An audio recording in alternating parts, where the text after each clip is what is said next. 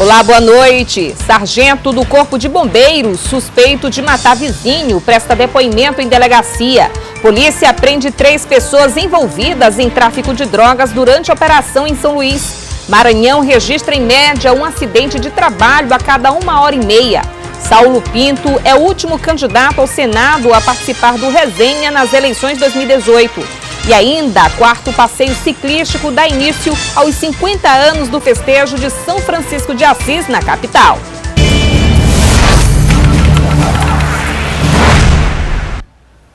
Prestou depoimento hoje o sargento do Corpo de Bombeiros, que é suspeito de matar o próprio vizinho na semana passada, aqui na capital. Outras 3 pessoas ainda devem ser ouvidas esta semana e a arma utilizada no crime será periciada.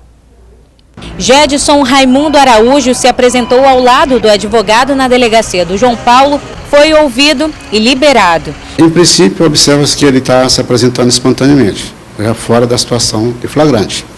No entanto, no decorrer das investigações, se houver necessidade de detectarmos que realmente há necessidade da prisão do autor, nós faremos a representação.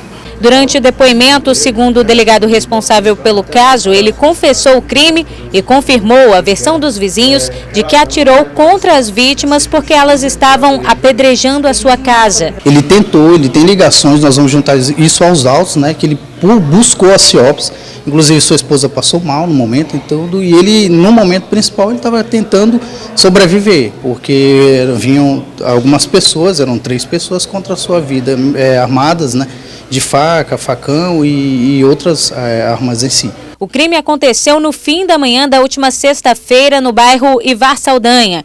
Carlos Magno Pereira morreu na frente da casa do sargento e o irmão dele, Paulo Magno Pereira, que foi atingido na perna, não corre risco de morte. Quando da entrega das intimações para que eles comparecessem, ou seja, o Paulo, o Magno e também sua irmã, eles tiveram uma reação no sentido de começar a apedrejar a casa dele.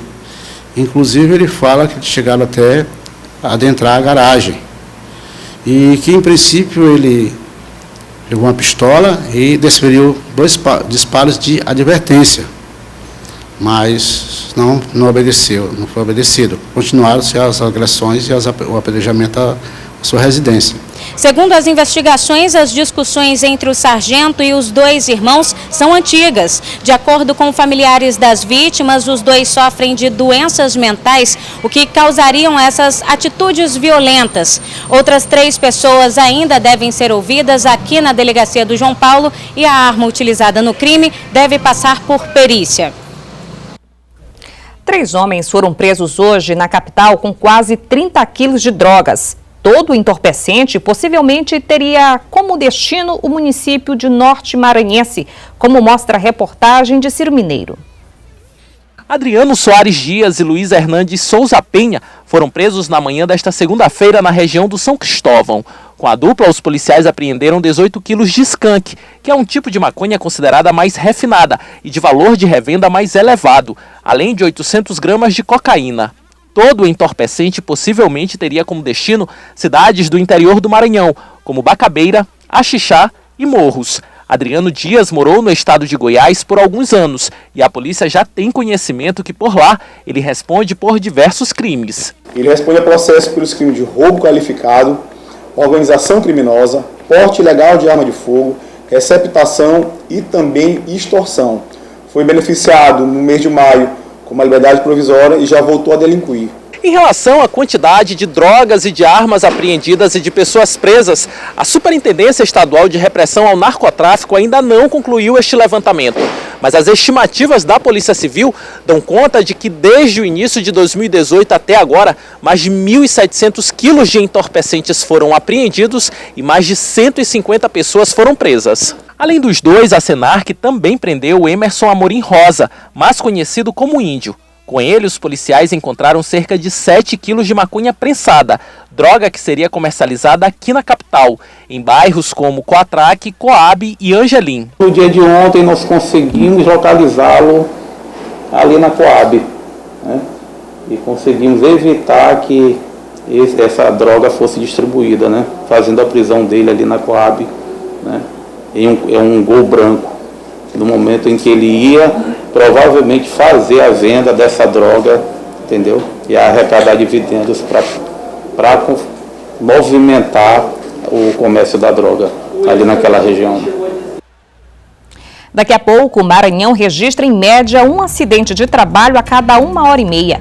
E ainda, Saulo Pinto é o último candidato ao Senado a participar do Resenha nas eleições 2018.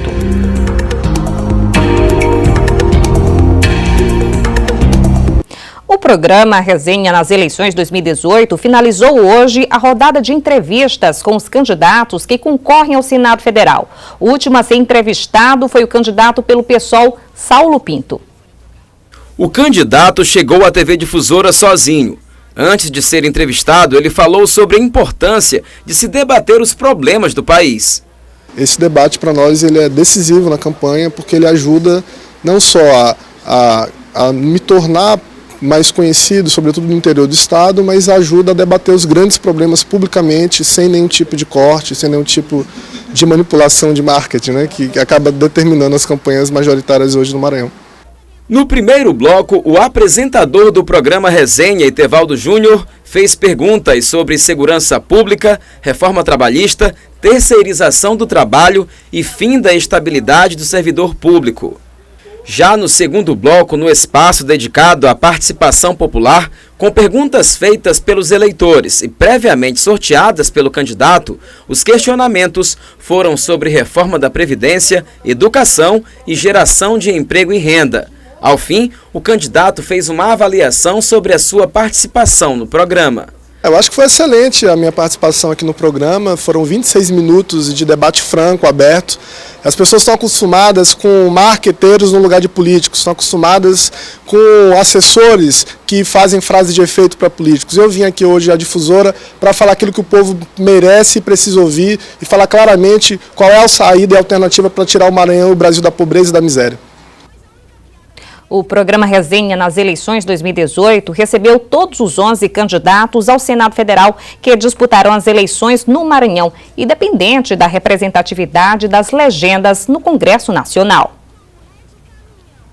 Antes da participação dos entrevistados no programa Resenha, os representantes dos partidos políticos de todos os 11 candidatos ao Senado participaram de reunião na sede da emissora, que definiu as regras para as entrevistas. Cada candidato teve 26 minutos para apresentar suas propostas de campanha. O primeiro a ser recebido foi José Reinaldo Tavares, do PSDB, que respondeu perguntas relacionadas à violência contra a mulher, política de saúde e legalização do aborto. Saulo Arcangeli, do PSTU, foi o segundo participante.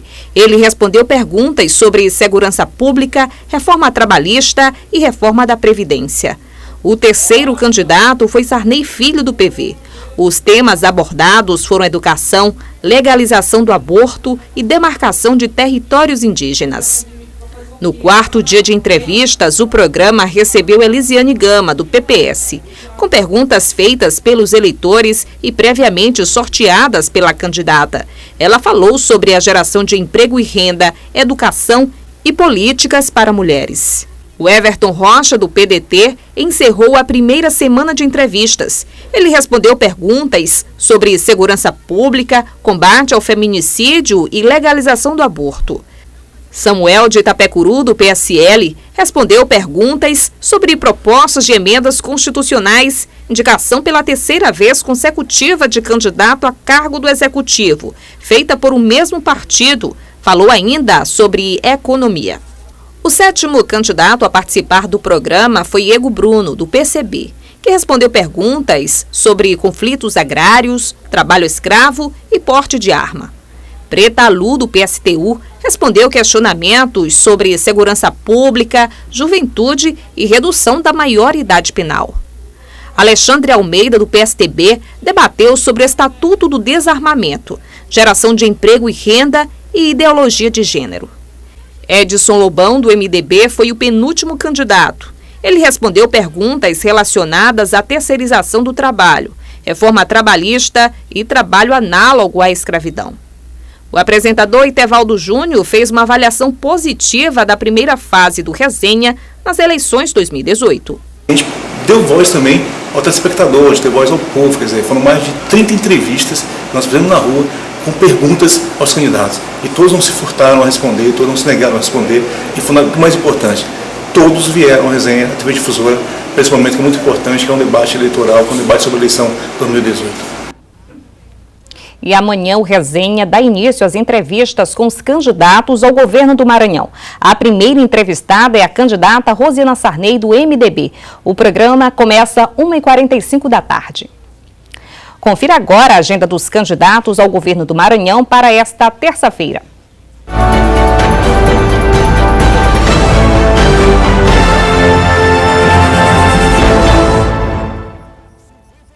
Ramon Zapata, pela manhã, faz panfletagem na Feira do Anjo da Guarda e depois participa de apresentação do programa para infância e adolescência na sede da Unicef.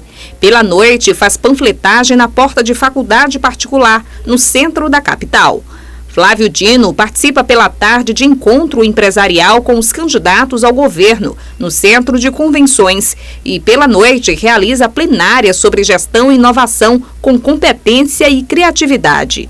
O Dívio Neto realiza pela manhã caminhada e panfletagem no Centro Comercial de Balsas e pela tarde se reúne com lideranças da região. Maura Jorge, pela manhã, grava programa eleitoral para a Rádio e TV. Pela tarde, participa de sabatina no Centro de Convenções em São Luís. Roberto Rocha entrega pela manhã plataforma de governo na Unicef. À tarde, grava sabatina em TV local. E pela noite, participa de sabatina com entidades empresariais. Rosiana Sarney não teve agenda de campanha de amanhã divulgada pela assessoria. Daqui a pouco, inaugurada a Casa Acolher para atender pessoas portadoras do vírus HIV. E ainda, 4º passeio ciclístico dá início aos 50 anos do festejo de São Francisco de Assis, na capital.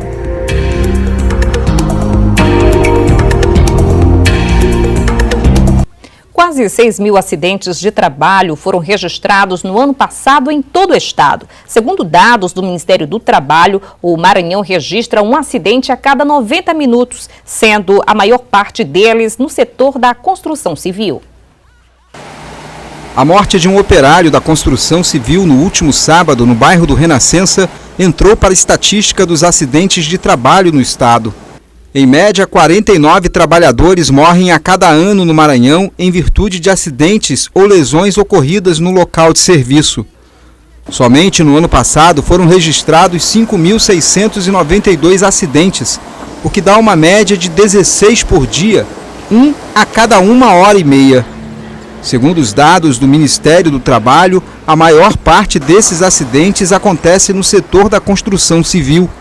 Segundo o Sindicato dos Trabalhadores da Construção Civil, o número de acidentes tem aumentado em função da terceirização dos trabalhadores contratados para obras, como era o caso do operário Adão da Silva Oliveira, que era empregado de uma empresa terceirizada contratada pela construtora para a montagem de um elevador no local onde aconteceu o acidente.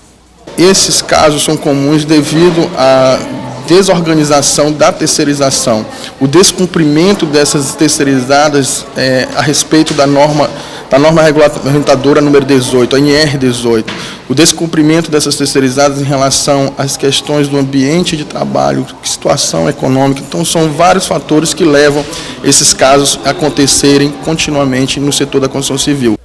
O diretor do sindicato informou que a associação irá fazer uma visita à construtora e ao local do acidente para obter mais informações sobre o caso e que também irá apoiar a família do trabalhador morto a requerer os benefícios que tem direito, como uma indenização de 20 pisos salariais. Orientar a esposa a vir ao sindicato com um atestado de óbito para podermos estar orientando a mesma a buscar essa pensão, esse benefício. Somente este ano, quase 100 novos casos de AIDS já foram contabilizados na capital. Para atender as pessoas portadoras do vírus HIV, acaba de ser aberta a Casa Acolher.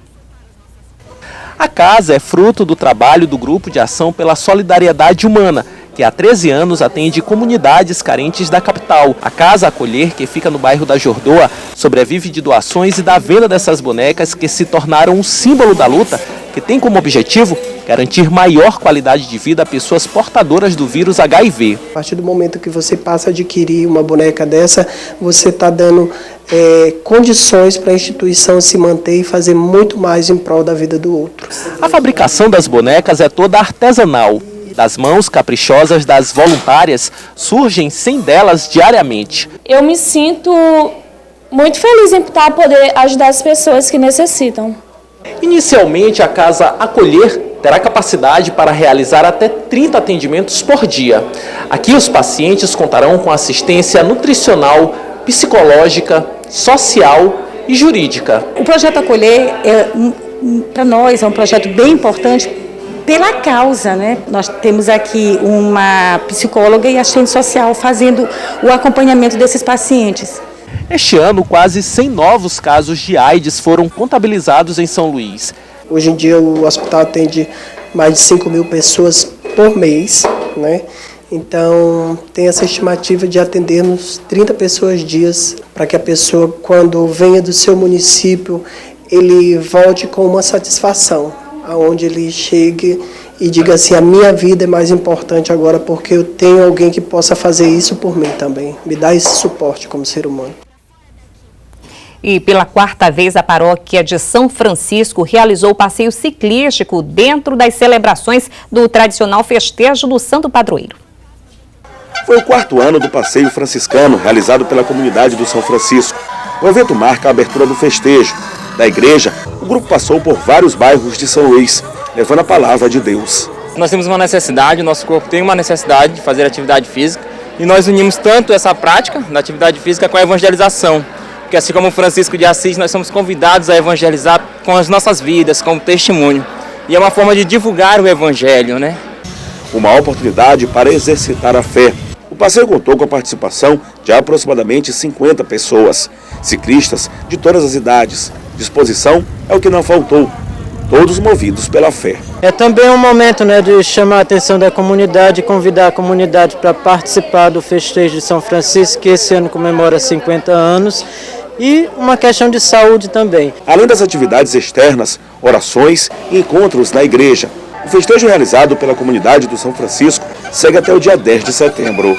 Um dos objetivos do festejo desse momento do passeio ciclístico é envolver e trazer a juventude, né? Mas aqui também está presente pessoas de todas as faixas etárias, não tem somente jovens, tem criancinhas e até de 60 anos. Muito obrigada pela audiência. Fique a seguir com o SBT Brasil. Uma boa noite e até amanhã.